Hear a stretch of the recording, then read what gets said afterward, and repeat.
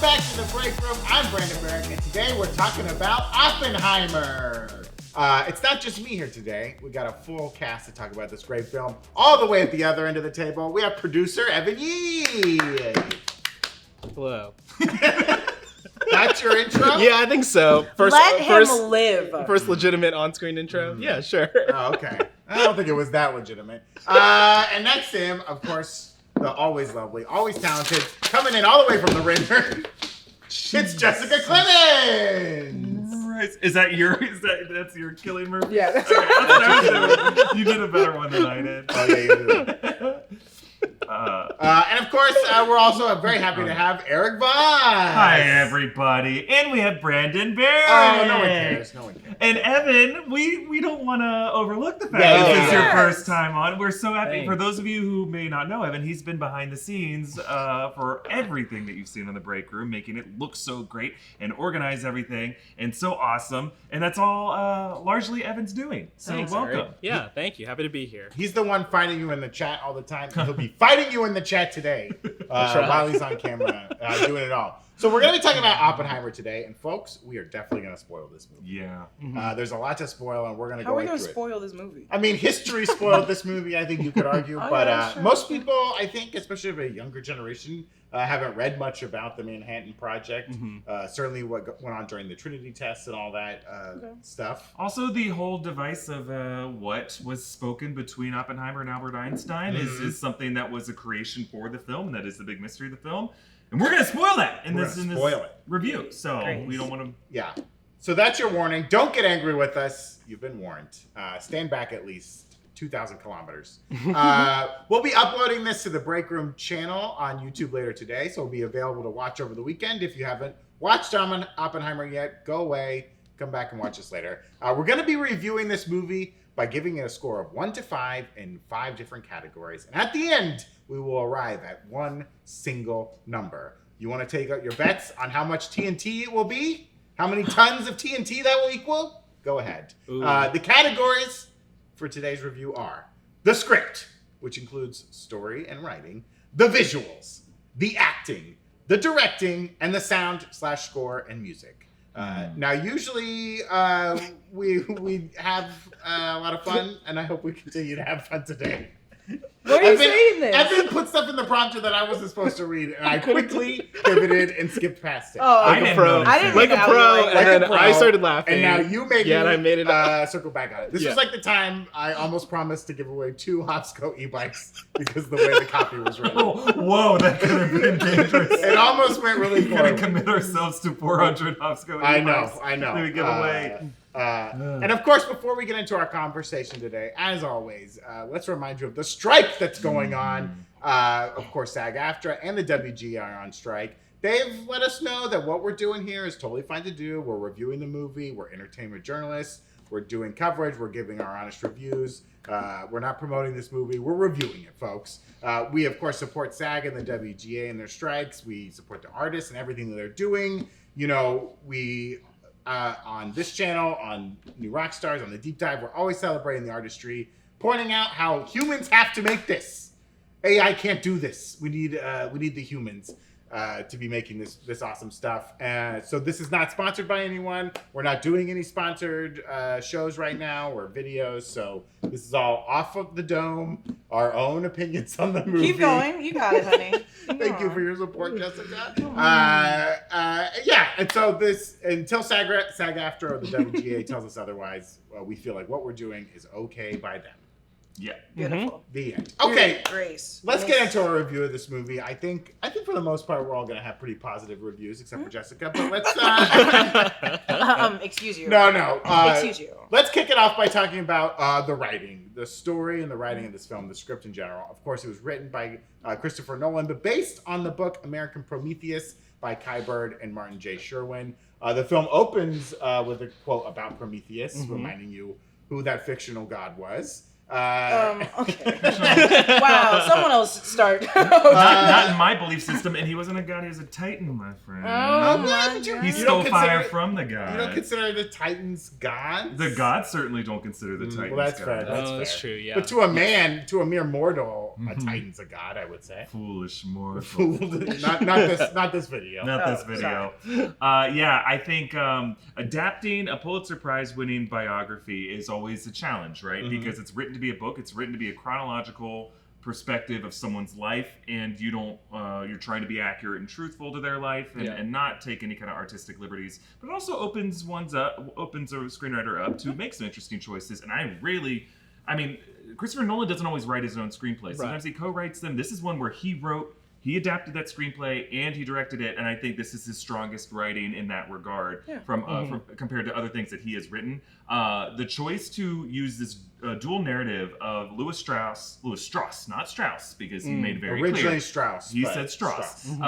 And J. Robert Oppenheimer as these dueling figures in different phases of their lives, fission and fusion. And kind of, I compared it to Sorkin's script for The Social Network, and that they were able to get so much fireworks out of legal proceedings and depositions. And as the story goes on, we find out that they're both kangaroo courts, in which really the whole point of the court, we find out, is just to discredit the person, and that they both lose by the end of it. I thought that was so impressive. It's more of an editing choice to show how quickly it jumps around, but I think the dialogue, the story structure, it does not feel like a 3-hour movie, at least to me. And I think there was one maybe mistake in the writing. I don't think we needed Colonel Posh, Casey Affleck. Casey Affleck's character. I think that was one aside where it felt maybe 7.5 minutes that could have been cut from the movie. Just because it kind of told us what we already knew about J. Robert Oppenheimer, that he was believed to be a communist. But I understand why he kept it in there. It just felt like when I watched it a second time, I was like, we don't need this. I think, I hear you on that, Eric. I think what that did show, though, was that like this genius man doesn't see the folly of his own inability to navigate these kind of weird, I wouldn't call that a social situation, but like someone is trying to put one over on him, and he thinks by being honest and telling the truth as a scientist, he can get past it. But in the end, it screws him over, and he didn't need to put himself in that position at all. That's interesting because I just took that scene as like he's so socially awkward he didn't know how to react in the moment. Yeah, maybe a little bit of that too. Because I like the Folly of Man being the sex scene he had with Florence Pugh and being like, I don't know. God is a woman. Like, I don't know what I'm doing. I don't know. Whatever you want. I'll read the book. I'll read it word for word. I'll put it on my head. What do you want, girl? Yeah. I'll put it on my head. Of course, the first thing I bring up is the first section. But that scene was so powerful to me because I was like, oh my God, he doesn't know who he is anymore. And she literally gets up and goes to a chair. She's like, I don't care about you. And he's like, I can't live without her. Like immediately. And I like seeing that like kind of Folly of Man-ish ways in this powerful scientist. Eric, I love your comparison to The Social Network because there were parts of this movie that were taken from the transcripts of the deposition, like the scene with Kitty, his wife, getting grilled during that one kangaroo court thing, right? A lot of that dialogue where she's like, I don't like the way you're asking the question or whatever, or it doesn't make sense the way you're asking it. That's like taken from the actual transcript. Really? Like she said something like the guy said that, and she was like, the way you're phrasing that question isn't correct. Like it was it's not even a real question. Like she was a sassy lady in real life. The women in this movie were incredible. Yeah. Like they had, to be fair, it was like 3 women, but I was like, each woman had like, when even the scientist woman was leading the group of people on like after hours, all the scientists. Yeah, she's the one being like, this is messed up. This is fucking insane. Yeah. I was like, all of these women are so smart, and maybe this is Christopher Nolan's writings or whatever, but it's like, I like that he gave them each like a platform. Like they had a good chunk of like a scene that I was like, oh, I need this because these women are incredible. Right. They're scientists. Yeah. I feel like we could have gotten more from Emily Blunt, right? Like you hire an actress like Emily Blunt and you have her kind of like, not necessarily sideline, but these scenes where it feels like, I don't know, it felt very expected for me until that last scene in the deposition where she really gets to shine. Like she gets that big moment. Yeah. But I wish we could have seen more of their relationship, especially at Los Alamos. How did they kind of like weather that storm? And also if he's having affairs and she's just like, Well, Cool. that's the thing. I think that's what tested, or at least what I saw with Emily Blunt was I was like, oh, this entire role is just emotion. It is not like how much can she give off without talking? And it was like a woman that just went through postpartum depression from just having a baby. Right. She's drinking. She's alone, and then I think we talked about this. She's with she dated two very smart men, and she was really smart. She's also a very smart person. When she threw that bottle against the wall and was like, "You guys aren't paying attention," I was like, listen to her. I was like, put her up in court as president. But I was like, yeah, I think we're challenging Emily Blunt's acting right now and seeing how much she can pull. Because again, sorry to go back to it. Oh no, the second sex scene was like it was her. It was her scene. It was no one else in that room. It was Emily Blunt's scene, and I just felt so horrible for her. It was like, oh, we're seeing this, feeling it, and this is more of a direction note. I was like, great job directing. Oh, let's get back to the script. There's not a lot of I would love to see more of like Emily Blunt and all the female characters in this film, but like, they're written out of it by history in a lot of ways, right? True. I mean, the quick moment of like, I'm a biologist and they made me a secretary, right? And he's like, no, that's fucked up. Of course not.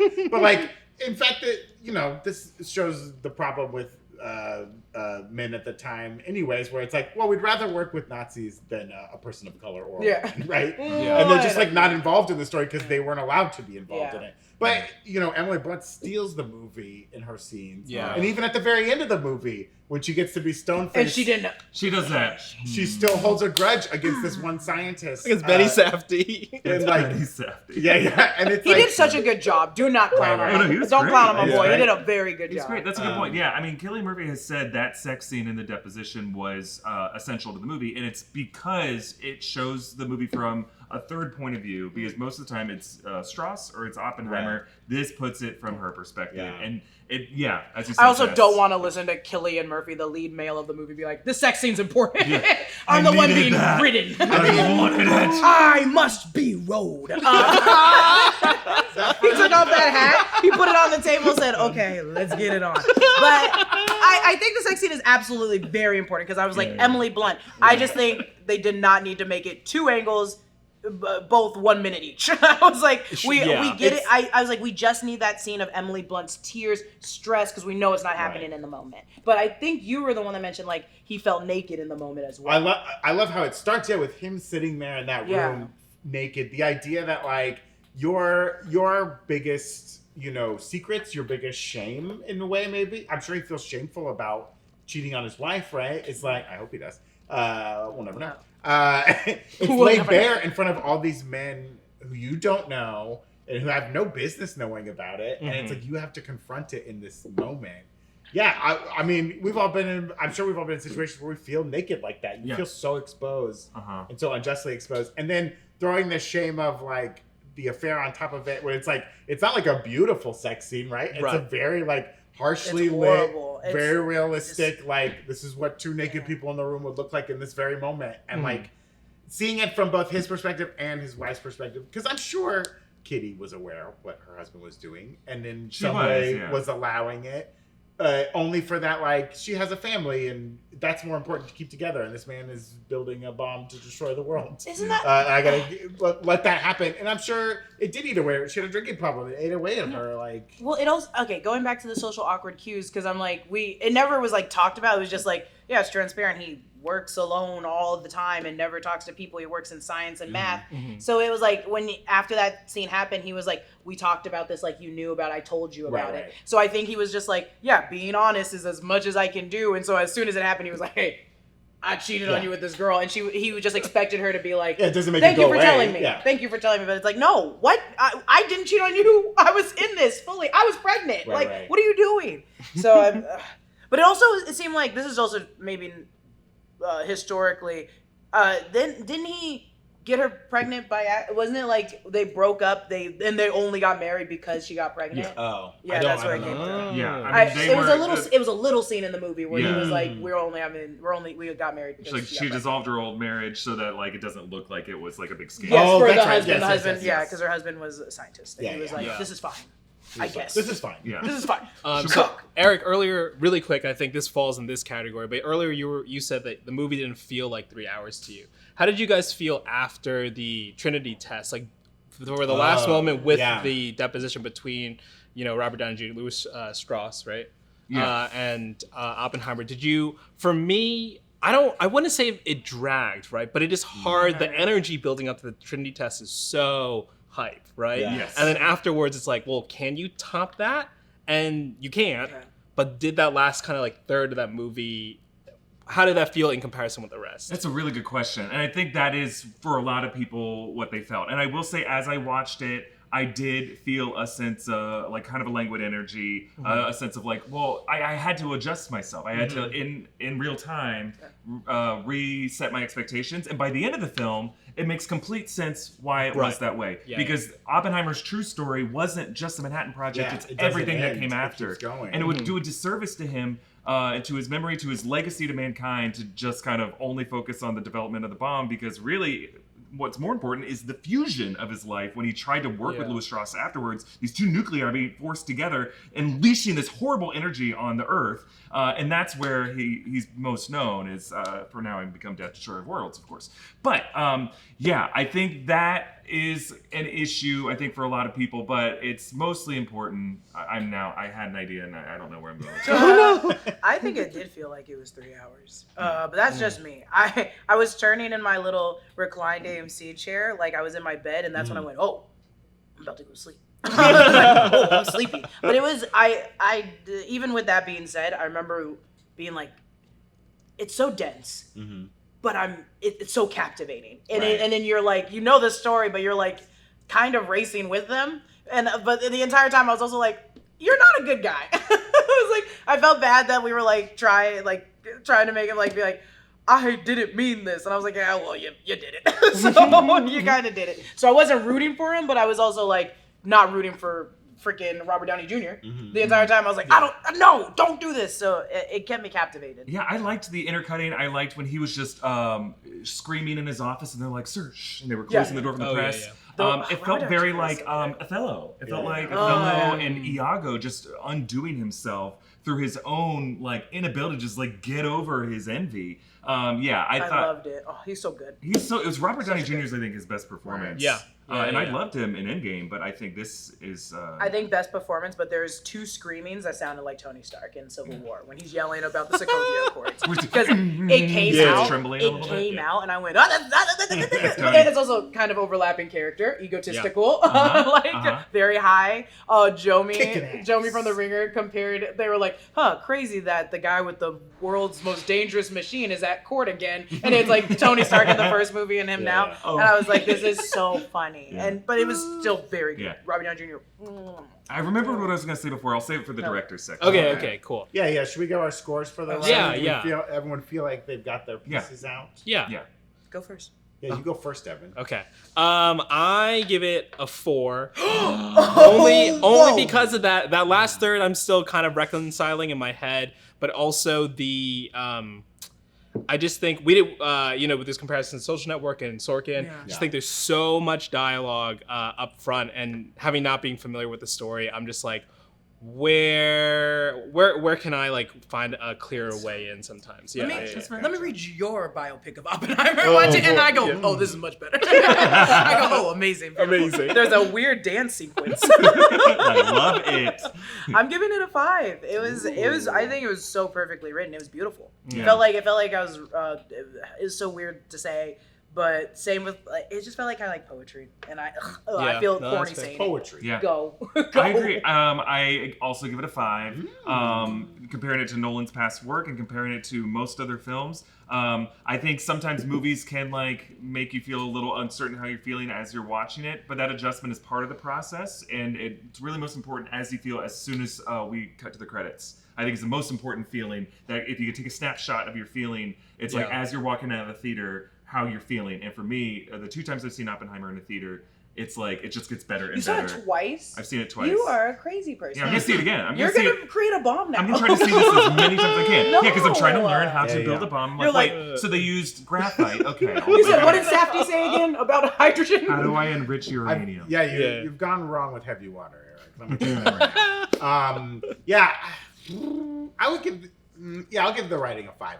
Here, because this movie, I think it does a great job. To my knowledge, it's not subverting any history in a weird way. It's not combining 4 people into one. There's a lot of like jazz of this movie where it's like what it's not telling you. That any little thread you hear in this movie, you could go read about the more there is to it and find a really fascinating story. A great example is Niels Bohr, Kenneth Branagh's character, that they sneak him out of like Nazi-occupied Europe, right? And you just hear the snippet of a story he's telling where it's like, oh, I didn't put my oxygen mask on right and I passed out, but I told them I was sleeping. The whole story of them getting him out of Europe is wild and crazy. And he did do that. He messed up. He's a silly boy. He messed up his mask and like almost died because he was like hidden in the wheel well of a plane or the wing of a plane or something like that. Yeah. And there were all these other planes to get him out that he screwed up, and he kept forgetting to use his fake name. It would just be like, I'm Niels Bohr. And they're like, stop saying your name He's to like, people. you know what, life or death, I don't care. Yeah, and it was like he was this like kind of silly boy. But like there's thousands of moments like that in this movie where there's an incredible, like the Pash stuff. He was an insane dude who like literally would go around like beating the crap out of people to get confessions. Yeah. Meanwhile, there was a catcher for the Cubs whose name I forget. They made a movie about it with Paul Rudd, who became like a spy for the CIA, could speak multiple languages, and went into Europe and talked to a bunch of like scientists and figured stuff out. That's a whole other story. That's not even involved in this movie. Yeah. But like, just crazy cool stuff. And like, I love that this movie was like, these are just human beings who are both good and bad. They make good decisions, they make bad decisions. No one's purely good, purely evil. That's like the point, right? And even like this great scientist is making very obvious dumb Casey mistakes. Affleck's character was purely evil. He's probably pretty. Pash is probably Casey pretty Affleck evil. is purely evil as well. That's You can have me. You can have me. Whatever you want. Not Come wrong. find me. Okay. So those are our let her story, cook. right? Let her cook. Give me a pan. Let her go. And a pen. I got to cook on Lena Dunham last week. and you Oh get to my cook god, on- let me cook. Let me cook. Yeah. We'll do a different break We'll room save episode. it for the Polly Pocket review, folks. Okay, pitching really quick. It's one episode of the break room. It's called Let Me Cook, and it's where me and Voss grind our gears or whatever and get really mad about certain people, and we just talk about why they're upsetting. Can we do that? Put our face on the Thanos thumb of what is he cooking? Yeah, what is he cooking? Guys, million views! I'm in the pot. You're in pot, the. it's like Quentin Tarantino's head. Oh my god. Katy Perry's head. gosh. Oh my. You're already my getting me God. started. You're already getting me Launch started. pad. So let's move on to our next category and talk about the visuals of this film. Okay. Oh, just okay. The cinematographer was Hoytema.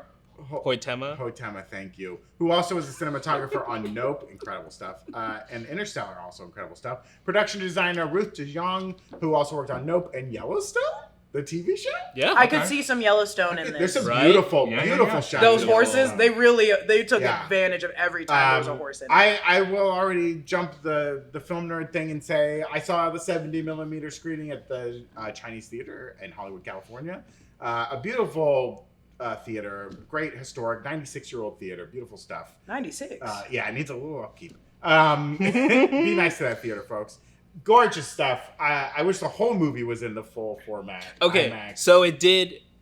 Yeah, so it did fill up the whole screen for you. There And were you parts saw where it would fill up the whole screen. It was basically square. Yes. Okay. And then there got were it. parts, like a conversation would start like that and then jump to like another format and then another format. 2, 3 Jumping shots. around a lot. But man, there were some beautiful shots of, there's one of Emily Blunt like standing in front of the backgrounds of Los Alamos and like, it looks like the most detailed photograph you've ever seen. You can see the texture of her clothes, like gorgeous shots like that. I love the weird visuals they did of like, especially early on when he's in school and he's like, the lines kind of that are chaotic that are starting to come together because he's starting to figure it out, right? Right. Understanding quantum physics. Yeah. The explosion, gorgeous stuff. Dude, Beautiful, so good. all practical, you know. Yeah. Just incredible cinematography. And what else do you expect in a movie like this? Yeah, he Yeah. ate, slay, purr.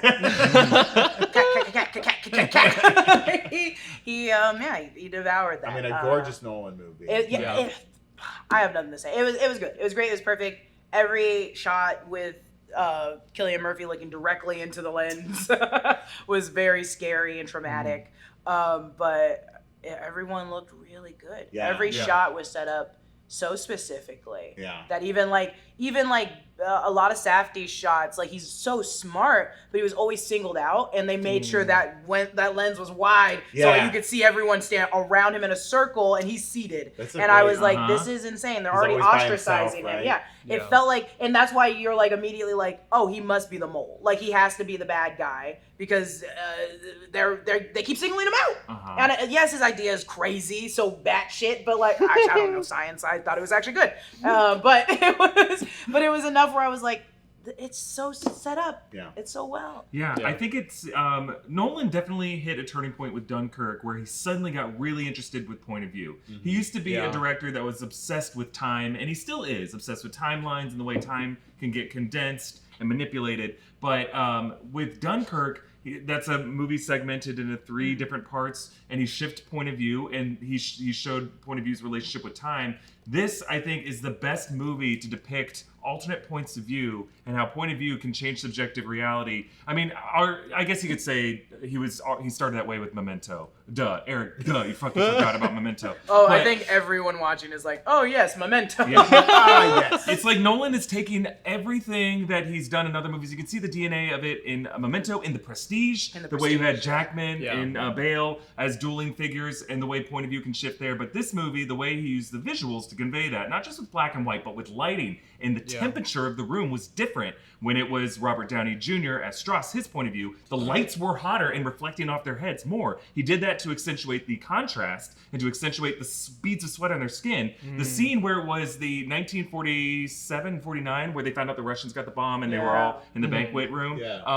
When it switched to color later in the movie, you could see the lights were not as hot at that point. And I think he did that because he didn't need it. You had different dimension of color. You could show variety texturally in the shot that way. But I think that was just a smart choice because it just shows how for them, it's like one character's okay living in a hotter environment where literally the atmosphere is going to catch on fire, whereas Oppenheimer wants to see things differently and it focuses on the ripples of water on the board. Like, so just the way he was able to mix textures and see the ripples of water, the way that the colliding electrons and colliding neutrons are framed and superimposed on Oppenheimer. And I think, I know I keep baiting this, there's a specific way Nolan shot the detonation of the gadget that I think was really smart, a smart directing choice that I'll say for the directing section. I was like, I need to know what that is. Little tease. Yeah. Little tease. I mean, I just was so surprised, like, you know, there's obviously so much hype around seeing this in IMAX and IMAX 70, and, you know, for lovers of film, like, we want to see these formats and we want to see these films in the formats the directors intended.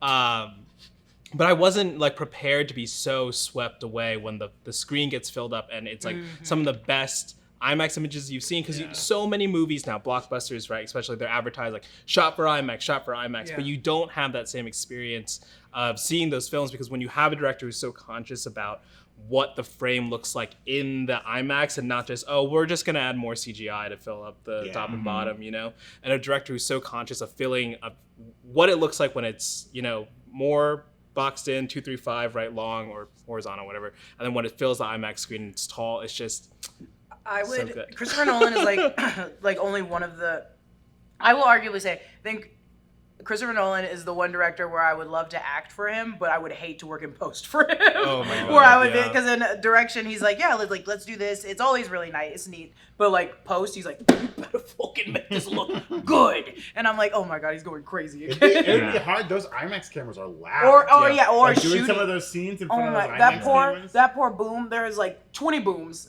guys that are like, okay, did you get it with the less fucking noise? It's like, yeah, I guess I did. Yeah, I should have looked at the credits for the production crew, like how dense it was. There's probably so many people. Yeah, and far more special effects than like usually the ratio in movies nowadays is you have special effects and then visual effects. Visual effects. Here it was more even because he used a ton of special effects in the detonations of these things. I thought he actually set the bomb off. He did. Oh, okay. He didn't set off not. He didn't set off the real bomb. But he used black powder charges. He used magnesium. He threw ping pong balls that were on fire at each other. They used a lot of cool old school techniques to make this look amazing. So for that reason, 5 out of 5 visuals. Giving scores. I'm doing 5 out of 5 because I also even like the pieces of like the transitions to like space when people were talking. I'm a child and I was like, ooh, colors. But I liked it. So 5. Yeah, 5, easy. Yeah. Yeah, I'll give it a 5 too. Why are you acting like it's so hard to give? You gave everything. It's gorgeous, and you love to see a filmmaker, pushing boundaries and doing great stuff, and not just relying on CGI and all that great stuff. I will say, different Oppenheimer and Barbie, clearly different movies, but two directors that went deep in their research and even the ping pong balls and Barbie being like, I'm gonna make an entire soundstage for this, and I'm like, summer film, back for a minute, not next summer, back for one weekend, folks. Just July and the beginning of August. No, next week there's gonna be a great film, so don't. Teenage Mutant Ninja Turtles.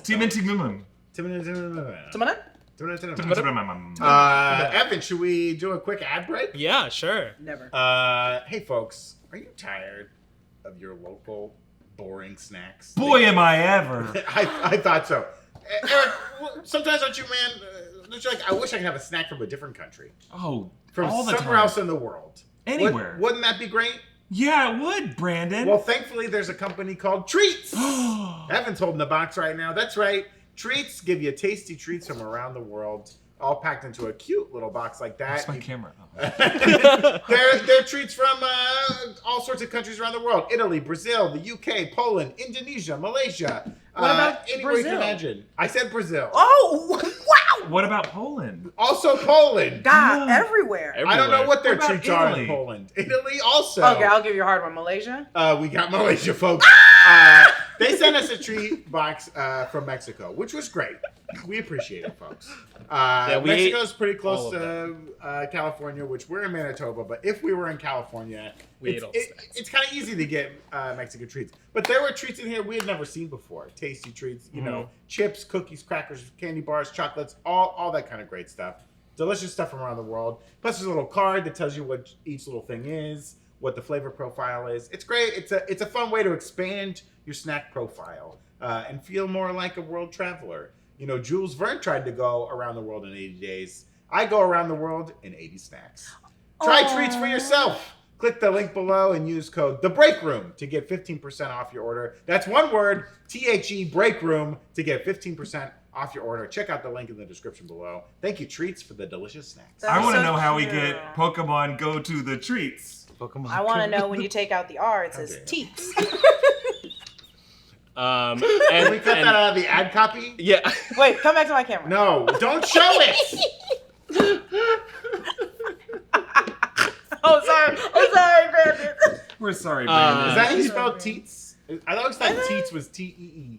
No. That's how Hey, you everybody spell in the it. chat, Wouldn't that be Tates? teat up. No, that's how you Teat spell up it. for us, please, in the Oh, chat. these delicious Tates. Before we get into the rest of the movie review, just a quick Twitch shout out. Thank you, okay. Robo87, Christian Unpronounceable, Tyler with an O, Nerd Girl Jean, Josh, why are you Donkey in the Teeth trap? Bites, and Christian Unpronounceable again. Thanks for all the bits, guys, Oh, and thank you thanks for all the everybody. resubs. We Thanks really for the appreciate bits and the it. treats. If you have your own thoughts, or if you're in the Twitch chat right now about Oppenheimer, throw them in. We'll make Evan pull them out. If you got weird questions. Yeah, I have some saved, but it's obviously very hard to jump back and forth here. So I You're doing Oh, great. so you're making No, you're doing a excuses great now. job. You're Evan, doing huh? great. Huh? It's okay. Oh, no, when I worked here, please. Brandon treated me worse. Whoa, okay. all right, let's move on. I told everybody. No. Brandon is my Oh, best friend no. in the world. That's why I only post pictures of Brandon and I on Instagram. He made me say this. It's in the script. This is because you never let me drink out of the Barbie mug. Yeah, well, buy your own Barbie mug. It looks bad anyway. Also, Mattel, if you're listening, you sold this on your website, and it's not a high def enough Yeah. image. Yeah. That's all I got to say. They released the Knuff I know. hoodies and they look Also, very good. It's just like kinda like a 60-ish low-res bucks. image. Also, yes, thank you, Mattel, for selling the I Am a Knuff hoodie. I have ordered one. Okay. Yeah. Let's grade the acting in this film. Horrible. No. This isn't even a fair question. I know. This was Yeah. a Not even a start. fair I mean, question. we have a list here because there were so many scientists and actors involved. Let's grade this actually harshly. And I'm still giving it a 5. I'm still giving it a 5. This was a huge ensemble cast. I mean, this was kind of the joke. I feel like a year ago when this movie was kind of, the cast was coming out, and it was like every week they were adding another name to that's this right. cast. Yeah. It almost feels like Killers of the Flower Moon that has like slowly started building this insane cast. Well, I feel the same. It's so interesting because, again, two very different movies, but Barbie and Oppenheimer have the same T where it's like so many scientists that they get like one or two lines. Barbie, so many Barbies that the other extra Barbies only got like one or two lines. Right. You have like 5 main people just like you did in Oppenheimer. And it sucks because I know Florence Pugh would have been in Barbie. Yeah. There's people that I know, like people would have swapped so quick. Yeah. Or not swapped afterwards, but they would have been like, I auditioned for both and I got this one, so I'm gonna it's like being in high school, like drama all over again. You're like, which role do I take? I got both. Well, and when you're shooting the movie, you might have a ton of lines. And I mean, there was the story today that there was a big fart sequence in Barbie cut out, and it was like, oh, fart opera. But like, Josh Peck, Jack Quaid, the one from the Naked Brothers band. I didn't really get a lot from them. I mean, Matthew Modine showed up in the movie. I was like, all right. Matthew Modine, Tony Goldwyn, the villain from Ghost. Yeah. I was also, dude, that not even redemption, but I haven't seen Josh Hartnett in such a long time. Josh Hartnett. Josh came back. He said from the faculty. Don't sleep on the heart. Don't sleep on the heart. We first see him, and I was like, oh, that was a cute cameo from Hartnett, and he kept showing up. Good. I got Here, he can only get you so far. Yeah, the voice. It's so good. I haven't heard Hartnett speak in a while. Is that Hartnett's voice? No, I think it was for this. I think it was a little everyone except one person was making a vocal choice. Okay. Cillian Murphy, that whole movie, he doesn't normally talk like that. And he's so good. Emily Blunt's making a choice. Yeah. The only person who was basically themselves, which I can forgive them, is Matt Damon. Matt Damon just played Matt Damon. And Matt Damon was having a ball, and he did really good in his character. I gave him that. But no, Josh, it felt like it was like because they weren't in New Mexico yet, right? When they first met Josh. No, it was in Berkeley. Yeah, it was Berkeley. That's cool. He felt like, and maybe it was just the vibe because it's like the 40s, but I was like, he gave off this like Texan big guy. I was like, this guy could have been Indiana Jones, dude. Yeah. Like, this is the professor going around. Yeah. Yes. Womanizing around the world and stealing artifacts. Could have been Josh Hartnett. You know, he auditioned. They were like, no. he was great. I mean, James Urbanek showing up for the little cameo with Einstein. I was like, this is insane. This is insane. And like, trees are complex. Yeah, getting a joke line. I was like, this is hilarious. This is hilarious. Two other people. Rami, I thought was not gonna get a fun. I didn't think he was gonna get a single line. He was just gonna look weird with big eyes. And he turned out to be Sign my clipboard. That was a little silly. No, it was good. It was good. I thought it was silly. It was on the record. It was great. And man, he used that. He feasted in this movie. Oh, you took my pen and put it in my pocket? Oh man, his speech at the Senate testimony. He twisted on a dime. He says how we would be disgusted if he were made Congress secretary. And then straight up Truman. Truman. Get this pussy out. Cry, baby. I mean, there's a lot of. I mean, the Truman segment, they don't really talk about in the movie. It's kind of like overlooked, right? That the bombing of Nagasaki was kind of like the term "whoopsie" is a bad thing to say, but Truman did not order. Dashiell just. Hold on. What do you mean? Go off. What do you mean? So when they made the initial order that they type up the thing, Truman signs it. They're like, we're gonna bomb Hiroshima, okay? And part of the language of that was like, if Japan does not immediately surrender, we're gonna do it again. Yeah. And they hadn't said where the second site was gonna be. And Nagasaki kind of happened. I'm gonna mess up the history a little bit of it, but like it kind of happened where like they were gonna bomb somewhere else and the weather was bad and blah blah blah. And Nagasaki was on the list, kind of written in the site because Nagasaki had been bombed a bunch already. There wasn't much there. It wasn't a big strategic target. So, anyways, they bomb Hiroshima. Japan does not immediately surrender, and all the generals that are in the Pacific Theater, they're like, let's do it again. And they didn't like ask Truman first or anyone. It just kind of happened. And Truman found out about it after it happened. Oh, shit. And it's because of that now they immediately made the rule that like, well, a president has to like okay every nuclear attack that ever happens from here on out because that can't happen again. So in the movie, there's several points where like Oppenheimer is like, and Nagasaki, and they're like, yeah. And he gives they didn't like to talk about it. And if you even look into the history of it, there's every like documentary and stuff really talks about Hiroshima. We don't talk about Nagasaki. We never talk about Nagasaki because that was a big we really shouldn't have done that. Yeah. There's a lot of evidence that it didn't affect the war at all. Like Japan was already gonna surrender. Exactly. Like it didn't do anything other than kill another 40,000 people. Yeah, I mean, it was the same day. It was the same day. How could any of the Japanese leadership properly assess what the impact of the Hiroshima bomb was within 24 hours? Yep. Yeah. The city was wiped away in an instant. and then the fallout afterwards. Yes. Yeah. So like that's like a thing that again the movie doesn't go in depth on it, but if you notice that like why are they kind of skipping over Nagasaki? It's because like they skipped over it in history and like they just kind of did it, and it was like the government doesn't want to admit that like no one really okayed this. We just kind of did it because we had a bomb built. And we're like we already built it. Let's try it out. I think the beginning of that part was kind of clear in the movie where he was like, oh, I mean, this is why I'm like, he's not a good person, you guys.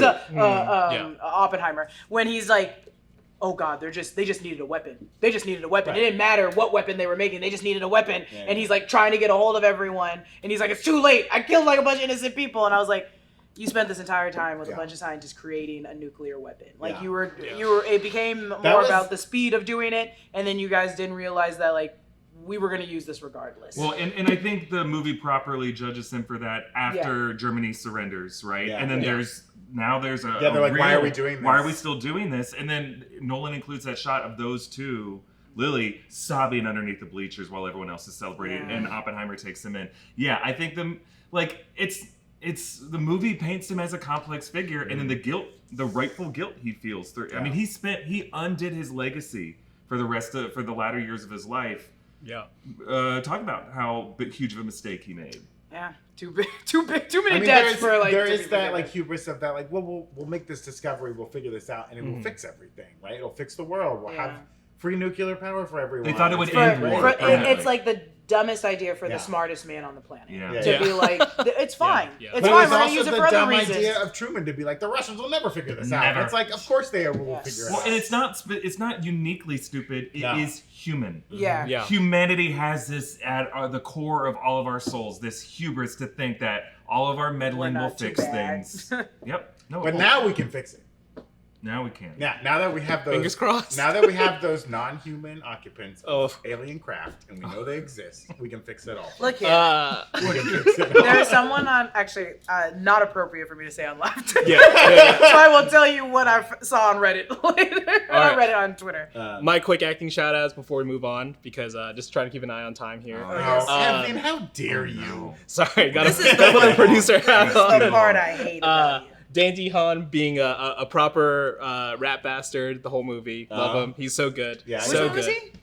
He's like a lieutenant colonel. Like Matt Damon's like assistant. My God. That with man only knows how to play Weasley Snake. That is the only role that poor actor gets all the time. He's the guy from Bad Night at the El Royale, right? He was great. Who was he? Oh, he was. He was the. Oh my God. He was. And again, another little weirdo. But I always think of him in that movie with Killmonger with Michael B. Chronicle. And I'm like, he got all these powers and was like, I'm gonna kill him. Leslie Groves, I assume is dead now, but he should be happy that Matt Damon played him. He's not as a good-looking man as Matt Damon is, and has a very interesting body type. Okay. 5 out of 5. Are you body 5 out of 5. 5 out of 5. Everyone crushes it. Matt Damon plays himself, but that's fine. Yeah. It was a lot of fun. That wasn't Matt Damon and We Bought a Zoo. He's like, we bought a bomb. Why did we buy a zoo? Because it's the most important fucking thing anyone's ever done. That's why we bought a zoo. When he yelled at that guy in that scene, it's in the trailer. I know, so I thought it was so impactful. And then when I saw the actual scene play out, I went, he's just yelling at this poor man. This man doesn't want to do how much he hated these nerds. And he was just like, oh my God. He's like, I fucking hate you. All right, moving on to, we all gave it 5? Yeah. Nice directing. So, movie directed by Christopher Nolan. Just to give you my quick take on, I did not see this movie initially in IMAX 70mm. Yeah, pop that shit up. She just mushroom cloud my boo. I should have put on sunscreen for that mushroom. The choice to shoot it with special effects, practically this explosion, I found to be interesting. Only seen it in 70mm at the beginning. Did not see it in IMAX. Because I, for whatever reason, went into this movie expecting a Sarah Connor from T2 Judgment Day moment where it's going to be horrifying and that finally all of Oppenheimer's fears would be realized. I honestly kind of expected something like at the end of Stanley Kubrick, Dr. Strangelove, where it was just going to be like quick cuts, boom, boom, boom, just horrifying in some way. I found this to be a bit understated, but that is Yes. accurate to Yes. what they actually Yes. saw. Yes. They Yes. saw a terrifying explosion, the brightest thing any of them had ever seen, and that was accurately depicted. The sound of it was so brilliant. The fact that we only hear the sounds of him and Florence Pugh panting during sex as he reads the Bhagavad Gita quote from... Save that for the sound mixing. Yeah, that's more of a sound mixing. But I think the choice to make this more of a grounded, realistic view so good. was smart, because if it had been too overwhelming, if it had been Sarah Connor in that moment, it would have made that last 45 minutes of the movie feel even more kind of a disconnect. It would have overpowered us. So instead of grounding it more of a documentarian approach, it put us in a mindset of approaching the final act of the movie from a documentarian perspective, being more okay with more of a deposition, quick, rapid cutting, legal proceeding finale. And that made that finale more exciting than the bomb detonation, which I think was such a good directing choice. I think I would have given it less points if it was like, like it was like cuts that were just so quick and like dominating. Yeah. I love that one shot. Like, and then at first I went, oh, I thought he said it was gonna be. I like freaked out. It took a while for the sound to get there. It took a minute. And I was like, but that is also the real. That's the real. You see it, and then you get the ripple effect. You think that mushroom cloud is what you're hearing. It's like, no, it's the ripple on the ground. That's the waves coming at you. And I was like, that really shook me because and the hype was so big on it that I was like, the hype was there because it was this one concentrated explosion, and I was like being a weirdo about it. I loved it. And I think historically too, immediately after the test, Oppenheimer and the boys were like, "We did it, great." Yeah, they were happy. It wasn't until they used it that they were like, "Oh, Shit. this was bad to unleash on people." I love the directing choice to not show the bombings later of Japan and like show that like he was cut out like immediately. I think a lot of people were expecting like, okay, now we're gonna see what happened, that they're gonna do it again. And it's like, no, that's all he got to see. Did it? In person. I don't know if you told me this. I don't know if I read this. I don't know where I heard this. I might be making it up, but I know you would know the answer to it. Didn't the first explosion that they tested, or one of the explosions that they tested, didn't it actually kill a lot of Native Americans? No, I thought I read somewhere that it was like that it did affect people that were in the farther away. Many years after this, they would do tests. In the desert, at that would Alamo? at Los Alamos, around Area 51, around the desert, they would do tests for decades after this. That would have a lot of damage and long-lasting damage to people who live in the area. Okay. Yes, I didn't know if it was from his. Yeah, this one was pretty contained. It was a much smaller explosion. And there's kind of a fascinating video on YouTube, and I'm sure a lot of people talk about this. There's tons of people who live in Hiroshima now, and it's not like an irradiated place that you can't live in, unlike places like Chernobyl and stuff. Chernobyl. And there's scientific reasons for that. And it's kind of fascinating because like the way the bomb was constructed, it burns up all of its radiation kind of immediately. If you're exposed to it, yes, there's danger, but because the fire burns all the irradiated material so fast, it doesn't have time to seep into the ground and stuff like that. And because it was up in the air. To what you said. And if you go look at the old test footage from the actual test, it's crazy how much he replicated it in this movie, and it looks insane. I don't want to see the actual thing. Just even the way the bomb looks, the way the tower looks. The act of it is the most horrifying idea in my life. Everything about it seems so scary, and it affected so many lives. But I'm not gonna out the name because I don't know how the process works here. But they did say when they realized they didn't blow up the atmosphere, and I forgot how much that was the big pool. They were like, this could just connect and make a chain reaction and just kill us all. And I mean, maybe if you do enough, it's possible, because even the amount of material that they condense down to explode like that is so small. Maybe if you did enough, it could. I mean, science. Our history of science is fascinating like that. Like when they were doing the space program, they thought when they would send astronauts up there, they wouldn't be able to eat. They thought you needed gravity to eat. Like, we're always learning stuff through science, and we're just like, try it out, see what happens. Yeah. I mean, obviously, brilliantly directed overall. My favorite parts is just like when he's gathering the team for Los Alamos, but also just like that opening montage, so good. All the like impressionistic and like images and stuff like that, and just the way he cuts, and also like the shot of Cillian Murphy throwing the glass against the wall, the way it's all framed up. I'm like, this is so classic Nolan, and it works so well. I told Brandon this the other day, but it truly was like a we're back, like we're so fucking back moment. It was awesome. I was like, I know I'm in good hands. Like, let's go. That's exactly how I felt, Yeah. and it's. I felt this way with Barbie too. I don't know why I'm telling you I was this. like, what? I didn't do it. Or did I? It's. Too many of us have experienced, I think, going to movies nowadays where like sometime in the first act you feel like, oh, I'm not in good hands. Yeah. With this movie and with Barbie, I felt like I'm in good hands. perfect. I can just sit back and enjoy the process and enjoy the ride. It's again. This is the third time. Comedy comes in threes. This will be the last time I bring it up. The mirrored. It mimics each other it complements each other so well. Barbie and Oppenheimer, two very different movies, but so good in it, like in their own ways, but still doing the same process. It's like Greta and Nolan have just been like, you know what? We're gonna actually make something good. Well, they always make things good. They always make things good. But it was like, I feel like they somehow knew they had to compete with one another, and they were just like, no, I have to make this the most grounded, groundbreaking thing in the world. Yeah. And they each delivered on it. They're both doing takes on Stanley Kubrick, right? Yeah, exactly. Nolan had his 100%. take on 2001 and Doctor Strangelove, and she's doing her take on 2001 and the advancement of technological and the societal impact of that, how we lose our humanity and regain it in different ways. We got to get Erik out of here in 5 Directing minutes. scores. Let's go quick. 5 out of 5. 5 out of 5. You should go now because when I get into the sound editing, I'm talking a lot about that second sex scene. No, I'm joking. Okay. I'm not. We'll go quick. Is this our last category? Yeah, just sound. Okay. Let's talk about sound, the music, the score. Incredible. The lack of sound in moments was so Yes. impactful. I mean, that Sometimes, sequence in yeah. the gymnasium after the bombings and he's talking to the Oh my people. God. He's like, I only wish we could have done it to the Germans. And like the cheering is out of sync with what he's seeing. Just incredible stuff. Yeah, reminding me of Incredible HBO's Chernobyl, which I think is Yep. with Oppenheimer the best nuclear story. I guess I Doctor love Strangelove is up there Chernobyl. too. Absolutely, Doctor Strangelove is up there. Godzilla is Yeah, great. Godzilla, right? But the choice in Chernobyl to use the sound effects that he just gathered in Chernobyl of the rate of the power plant.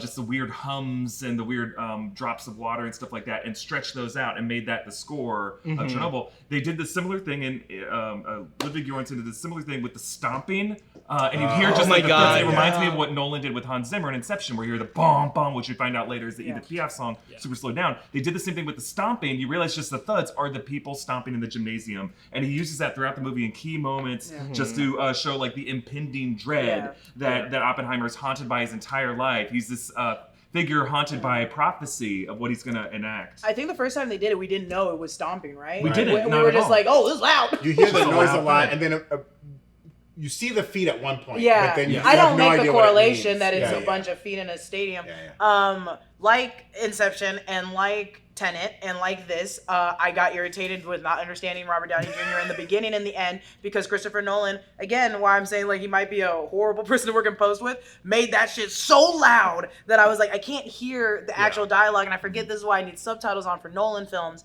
And I get that like it's same thing I have with Across the Spider-Verse. We saw it in IMAX or Dolby, so it was like, oh, I didn't have that problem. But I'm like, not everybody has a Dolby IMAX, and I'm like, this is when art and like people that don't have those resources don't really blend well together, because I get that Nolan's like, it has to be in this theater, you need to see it this way, but people are like, I don't have that theater in my hometown, I really want to get the same expression that everyone else is getting from this movie. That was my only note for sound. I'm like, make it so I can hear your damn acting. Yeah, I was able to see it in Dolby for the second screening, and I didn't see it in Dolby for the first screening, but I could still hear it pretty well. But yeah, I get that. I think this is Nolan's best mixed movie. It's much better than Tenet. Still doing it though. my Still doing God. it. Yeah. I'm like, it's still doing it. Because when I'm currently rewatching The Dark Knight right now, and there are some sound mixing issues throughout that movie. Yeah. Like Nolan has definitely gotten so much better. Dark Knight still, in many people's view, is the best Nolan film, and I think it's up there for me. It's like between that and Interstellar for me is number 1 and number 2. I love But Dark man, Knight. Nolan as a craftsman, he still is learning how best to like shoot action and like some of the fighting scenes in The Dark Knight. I can't understand. I have no idea where Batman came from. No. Never I seen it. love it. The when the Joker is in the truck chasing him under the bridge, the cutting around in that is a mess. Yeah, it's it's a kind of mess. mess, but it's still an amazing So film. great, shit so up. great. He knows how to shoot, and he makes every other decision perfect in that movie. But yeah, in this, I think it has the best sound mixing that any Nolan film I've ever seen. Yeah, I pretty much agree with it, with everything everyone's saying. Giving it a 4. Yeah, I'll give it a 4. That's fair. I'm gonna go 4 also, just because like after Interstellar, we were all humming that tune when we came out. I wasn't humming a tune after. Yeah. I wasn't sure what the tune Not the tune of was. death. like, Oppenheimer. The tune of a million people dying. Yeah, I didn't have that tune in my head. Did they have music? Yeah. It had a score. Yeah. I thought it was if you're gonna It's take not a- as catchy as like Well, Interstellar. it's Dark Knight, clearly like orchid. Yeah. It is In- instrumental. I will say, every time I think about Oppenheimer, I just keep hearing the score from Arrival. I don't. Oh, yeah. okay. Which I don't think Ludwig did that, right? No. Yeah. But He I was don't. too busy doing New Girl back then. Oh yeah, and Community. Go watch New Girl and Community. Ludwig Göransson, what are you doing here? Producer Dashiell is tallying up our final scores as we speak. I didn't give a score for 5 for sound yet, right? Did I say 5 out of 5 for You sound? said Yeah. 5. Yeah. And then the rest 5 was for at me. 5's across the board. There's no flaws with this movie. I'm a Nolan bro. I gotta say, Sign my of the clipboard. different fandoms so far, Nolan bros are the least obnoxious. I'm a Nolan bro. I'm also a Greta head. What do you call it? Greta girl. A Greta girl. A Greta girl? You You're wanna a be a Greta Greta girl. I'll be a Greta girl. Wait, Brandon, let me do it. Oh, okay. I Jessica love will doing this. give you I the love final doing this. score. I can't say the number. Oh, why not? 69. Reverse it. 96. Nice. 96. What does Timothy Chalamet say? Scratch that, reverse it, flip it, do it again. I delivered more whimsy than he did in that trailer for Wonka. Thank you. Give it to me. Did that beat Across the Spider-Verse's score? I don't know. Pretty close. We gotta I figure think it'd be out. Barbie though. It did Barbie be had Barbie. 95. Barbie is 90.5. I have a bunch of other notes written on this. You so- drew on it. Oh, what I did is draw this? on it. This is the Barbie one. Pictures of boobies. I wonder no. if this did be Across the Spider-Verse.